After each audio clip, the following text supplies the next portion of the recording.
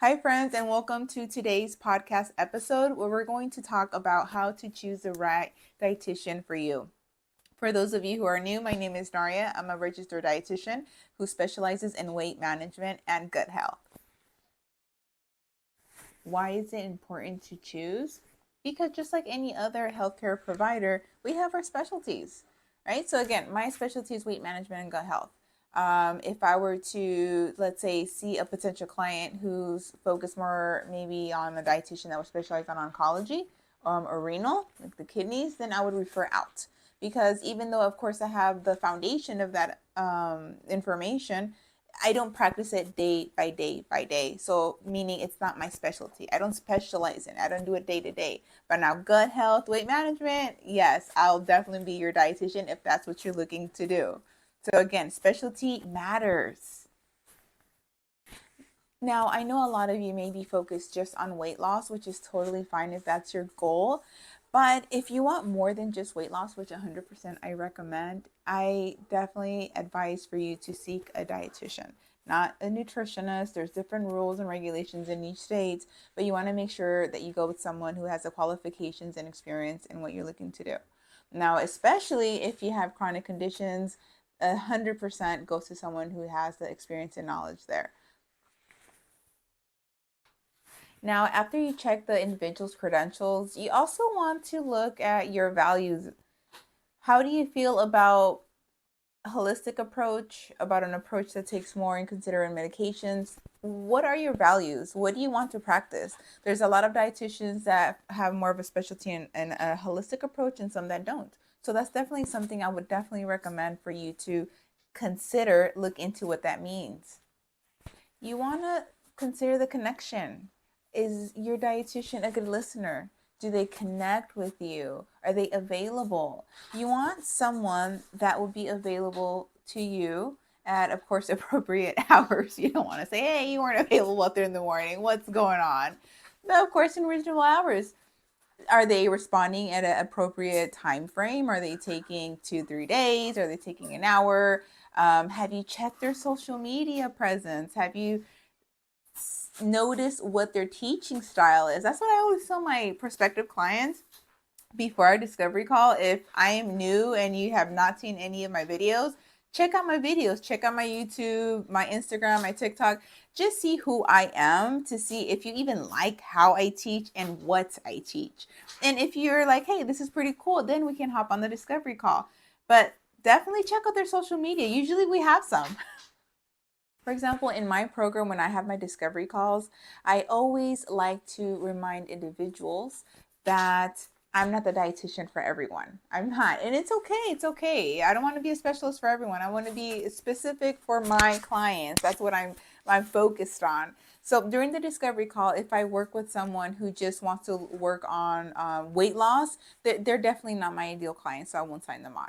And it's okay because if I can't, I'll refer. If it's appropriate, I will always refer. But you want to make sure that it's a symbiotic relationship. I always want to make sure that I'm able to give you what you're looking for at the program. Because again, my program is designed to be the last nutrition program anyone has to try, but it has to align with their goals. It has to align with the values that they have for their life. And if all goes well, then this may be the great program. But if it's not, it's okay. It's okay to try a different nutrition program. Do the research, it'll pay off. During the discovery call process, make sure that you also take your time to ask those questions. Don't feel shy. Try to limit the shyness as much as possible because this is very important. This is your life, right? So you want to make sure that you choose a dietitian that you feel comfortable with.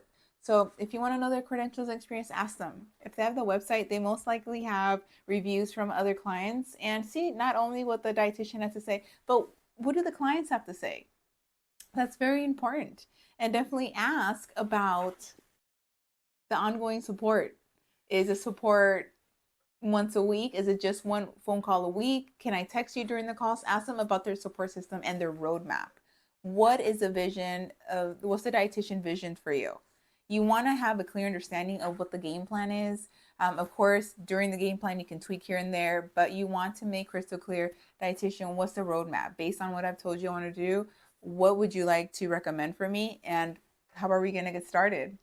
Let me give you a quick story of my previous experience working with my primary care provider. I was younger at this time. I didn't know there was so many different types of providers, but I just went, and this provider was very much pushing more of the medication type of regime than I wanted to. And I was thinking, is there any different approaches? And specifically, before I was working a lot on weight management goals. This was like 10, 14 years ago. And the doctor essentially gave me a document that would just eat healthier, eat more fruits and veggies, eat more whole grains. Like, I can Google that, doctor. Thanks. I need more information. Obviously, I need more guidance. So I didn't really appreciate that. So what I decided to do is to do my research. Is there, who can I find as primary care providers? What are their credentials? What is their backgrounds? And then I started to check different providers in my insurance network, and then I started to have a better understanding. What I learned was that I wanted a DO as my primary care provider. I wanted someone that would consider lifestyle before medications. I wanted someone to take their time and teach me about these things. So I decided to go to a DO, and I absolutely loved their approach. And the DO also had an assistant that was a nurse practitioner. And when I met the nurse practitioner, I absolutely loved him. He was just so wonderful. Definitely took into consideration my lifestyle, my stress levels, things that I was never asked about before. And what I realized is when I started to do the more mindful techniques on reducing my stress, and even different types of stretching techniques that he recommended, a lot of my physical pain started to improve.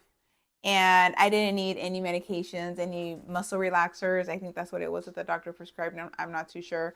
But I realized that these simple stretches were the answer, and I didn't need any special medications for anything. But usually in these situations, we have to usually go through a circumstance that we're not so excited about to start doing our research. Like, before I had that first encounter with my primary care provider, I didn't know there was other options. I just thought you had a primary care provider and that was it. You do what he says or she says, and end of story.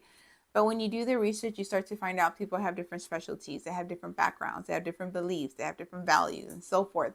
You have different vibes. That's a very big one for me. I want to make sure that I connect with my clients, even with my clients. It's very important. That's part of the discovery call process. Do we connect with each other? Are we gonna, let's say I have a coaching program for a year, because usually my clients stay with me for at least a year. Are we going to be, pretty chill for a year? Are we going to get along? We wouldn't want to be stuck together for a year and we're just bickering and fighting. So the vibes are important. Are we getting along? Are we okay? All right, we are. Okay, good. Then we can move on to the next step. I can't emphasize the importance as a provider to develop rapport. Rapport is so important. Even me, when I go with my providers, I want to make sure that we have some type of rapport. I want to feel comfortable with them, to tell them, what's going on with me.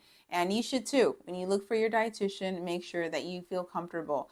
You don't want to be at a point that you're holding back. Like any relationship, we have to be honest. You have to be very honest with your dietitian. And that's something, again, that I tell all my clients. If you are going to sign on my program, I need to make sure that 1,000% you're going to be honest.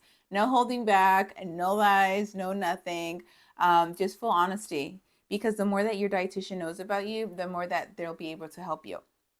When you start to not log or hide things or anything like that of that sort, or maybe you're not so excited about the program anymore and you start to hide it, downhill. Just be honest and talk to them about it, because most times there's going to be a solution for it. But again, like our relationships, honesty is number one. Rapport is number one. Build that with your dietitian. So friends, today we talked a little bit about how to choose the right dietitian for you. We talked a little bit about checking their credentials, checking the vibes, checking their social media, asking the right questions during the discovery call. All of these are so important. You would not want to start with a dietitian and then 4 or 6 months later, you're like, what did I do? Make sure to take your time. Check them on social media. Usually my clients check me out for maybe 6 to 8 months. They just kind of check my social media. They ask me questions. They're very interactive. And then they usually start to sign on. Of course, some people sign on the first day, totally cool.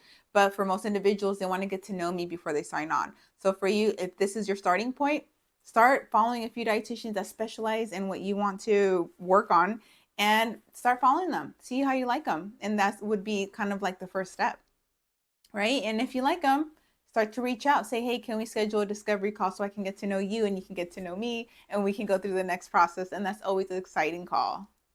All right, friends, if you have goals to reach, go out in the world, go on social media, and go find your right dietitian. If you're focusing on gut health, maybe you have bloating, constipation, or you're working on wellness goals, overall health, or weight management, definitely send me a message. I would love to set up a discovery call. And like I said, check out my social media. I'm on social media. Send me any questions. Make sure to subscribe, and we'll talk on the next episode. Bye, friends.